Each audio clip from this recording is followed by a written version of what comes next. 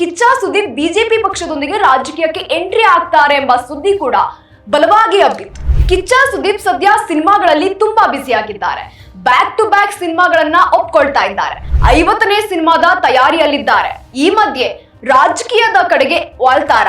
ಇನ್ನು ರಾಜಕೀಯಕ್ಕೆ ಜವಾಬ್ದಾರಿಯನ್ನ ಇಟ್ಕೊಂಡು ಬರ್ಬೇಕು. ಸಮಾಜ ಸೇವೆ ಮಾಡ್ತೀನಿ ಅಂತ ಬರೋದೆಲ್ಲ ಸುಳ್ಳು. ಸಮಾಜ ಸೇವೆ ಆಸೆ ಇಟ್ಕೊಂಡು ಬಂದಿದ್ದೀವಿ ಅಂತ ಅಂದ್ರೆ ಅದು ನಿಜಕ್ಕೂ ಸುಳ್ಳು. ಕಿಚ್ಚ ಸುದೀಪ್ ರಾಜಕೀಯಕ್ಕೆ ಎಂಟ್ರಿ ಆದ್ರೆ ಏನೆಲ್ಲಾ ಬದಲಾವಣೆ ಆಗುತ್ತೆ. ಹಾಯ್ ಹಲೋ ನಮಸ್ಕಾರ, ನೀವು ನೋಡ್ತಾ ಇದ್ದೀರಾ ಸ್ಪೀಡ್ ಪ್ಲೇಸ್ ಕರ್ನಾಟಕ. ನಾನು ಸುಷ್ಮಿತಾ ನಟರಾಜ್. ಕಿಚ್ಚ ಸುದೀಪ್ ಇದೀಗ ಕೇವಲ ಸಿನಿಮಾಗಷ್ಟೇ ಸೀಮಿತವಾಗಿಲ್ಲ. ಅವರು ರಾಜಕೀಯ ಮುಖಂಡರೊಂದಿಗೂ ಸಹ ತುಂಬಾ ಆತ್ಮೀಯವಾದ ಬಾಂಧವ್ಯವನ್ನ ಇಟ್ಕೊಂಡಿದ್ದಾರೆ. ಎಲ್ಲಾ ಪಕ್ಷದ ಮುಖಂಡರೊಂದಿಗೂ ಸಹ ಸುದೀಪ್ ತುಂಬಾ ಆತ್ಮೀಯವಾಗಿ ಇರ್ತಾರೆ. ಹೀಗಾಗಿ ಸುದೀಪ್ ರಾಜಕೀಯಕ್ಕೆ ಎಂಟ್ರಿ ಕೊಡ್ಬೋದು ಎಂಬ ವದಂತಿಗಳು ಸಹ ಸಾಕಷ್ಟು ಬಾರಿ ಸೌಂಡ್ ಮಾಡಿತ್ತು. ಈ ಹಿಂದೆ ಕೂಡ ಇನ್ನೇನು ರಾಜಕೀಯಕ್ಕೆ ಬಂದೇ ಬಿಟ್ರು ಅನ್ನೋ ಸುದ್ದಿ ಸಹ ತುಂಬಾ ವೈರಲ್ ಕೂಡ ಆಗಿತ್ತು. ಆದ್ರೆ ಆ ಟೈಮ್ನಲ್ಲಿ ಸುದೀಪ್ ಎಂಟ್ರಿ ಮಾತ್ರ ಕೊಡ್ಲಿಲ್ಲ.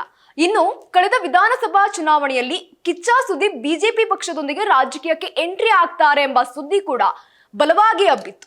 ಆದ್ರೆ ಆ ವೇಳೆ ಕಿಚ್ಚ ಸುದೀಪ್ ಹಾಗೂ ಅಂದಿನ ಮುಖ್ಯಮಂತ್ರಿ ಆಗಿದ್ದಂತಹ ಬಸವರಾಜ ಬೊಮ್ಮಾಯಿ ಮಾಧ್ಯಮದವರ ಮುಂದೆ ಈ ಸುದ್ದಿಯನ್ನ ತಳ್ಳಾಕಿ ಬಿಜೆಪಿ ಅಭ್ಯರ್ಥಿಗಳ ಪರವಾಗಿ ಪ್ರಚಾರ ಮಾಡುವುದಾಗಿ ತಿಳಿಸಿದ್ರು. ಹೀಗಾಗಿ ಬಹಳ ದಿನಗಳಿಂದ ಕಿಚ್ಚ ಸುದೀಪ್ ರಾಜಕೀಯ ಪ್ರವೇಶದ ಬಗ್ಗೆ ಚರ್ಚೆ ಆಗ್ತಾಲೇ ಇದೆ. ಅದನ್ನ ಕಿಚ್ಚ ಸುದೀಪ್ ತಳ್ಳಿ ಆಗ್ತಾಲೇ ಬಂದಿದ್ದಾರೆ. ಈಗ ಮಾರ್ಕ್ ಸಿನಿಮಾದ ಪ್ರಚಾರದಲ್ಲಿ ಬ್ಯುಸಿಯಾಗಿರುವಂತಹ ಕಿಚ್ಚ ತಮ್ಮ ರಾಜಕೀಯ ಪ್ರವೇಶದ ಬಗ್ಗೆ ಓಪನ್ ಆಗಿ ಮಾತನಾಡಿದ್ದಾರೆ. ಸಂದರ್ಶನದಲ್ಲಿ ರಾಜಕೀಯದ ಬಗ್ಗೆ ತಮ್ಮ ಅಭಿಪ್ರಾಯಗಳನ್ನ ಏನು ಅನ್ನೋದನ್ನು ಸಹ ರಿವೀಲ್ ಮಾಡಿದ್ದಾರೆ. ಎಸ್, ಕಿಚ್ಚ ಸುದೀಪ್ ಸದ್ಯ ಸಿನಿಮಾಗಳಲ್ಲಿ ತುಂಬಾ ಬ್ಯುಸಿಯಾಗಿದ್ದಾರೆ. ಬ್ಯಾಕ್ ಟು ಬ್ಯಾಕ್ ಸಿನಿಮಾಗಳನ್ನ ಒಪ್ಕೊಳ್ತಾ ಇದ್ದಾರೆ. ವರ್ಷಕ್ಕೆ 2 ಸಿನಿಮಾಗಳನ್ನ ಕೊಡ್ಬೇಕು ಅಂತ ಇದೀಗ ನಿರ್ಧರಿಸಿ ಆ ಪ್ರಯತ್ನದಲ್ಲಿ ಇದ್ದಾರೆ. ಅಲ್ಲದೆ ಈಗಾಗಲೇ ಕೆಲವು ಒಳ್ಳೊಳ್ಳೆ ಸ್ಕ್ರಿಪ್ಟ್ಗಳನ್ನು ಸಹ ಕಿಚ್ಚ ಸುದೀಪ್ ಕೆಲಸ ಮಾಡಿ ಒಪ್ಕೊಂಡಿದ್ದಾರೆ. 50ನೇ ಸಿನಿಮಾದ ತಯಾರಿಯಲ್ಲಿದ್ದಾರೆ. ಈ ಮಧ್ಯೆ ರಾಜಕೀಯದ ಕಡೆಗೆ ವಾಲ್ತಾರ.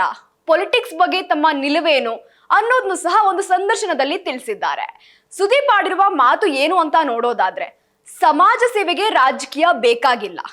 ಅದೆರಡೂ ಸಹ ಡಿಫ್ರೆಂಟ್ ಆಂಗಲ್ ಇದೆ. ಸಮಾಜ ಸೇವೆಗೆ ಬೇಕಾಗಿರೋದು ನಿಮ್ಮಲ್ಲಿರುವಂತಹ ಮನಸ್ಥಿತಿ, ಎರಡನೇದು ನಿಮ್ಮಲ್ಲಿರುವಂತಹ ಹಣ. ಇವೆರಡೂ ಇಲ್ಲದೆ ಇದು ಸಮಾಜ ಸೇವೆ ಆಗಲ್ಲ. ಒಂದೆರಡು ವಿಷಯ ನಿಮ್ಮ ಕಿವಿ ಹತ್ರ ಬರ್ಬೋದು, ಇನ್ನೊಂದೆರಡು ವಿಚಾರಗಳಲ್ಲಿ ನೀವು ಸಹಾಯ ಮಾಡಿಲ್ಲ ಅಂತ ಆ ವಿಚಾರ ದೊಡ್ಡದೂ ಆಗ್ಬೋದು. ಸಾವಿರಾರು ಜನಕ್ಕೆ ಸಹಾಯ ಮಾಡ್ತಾನೆ ಇರ್ತೀವಿ.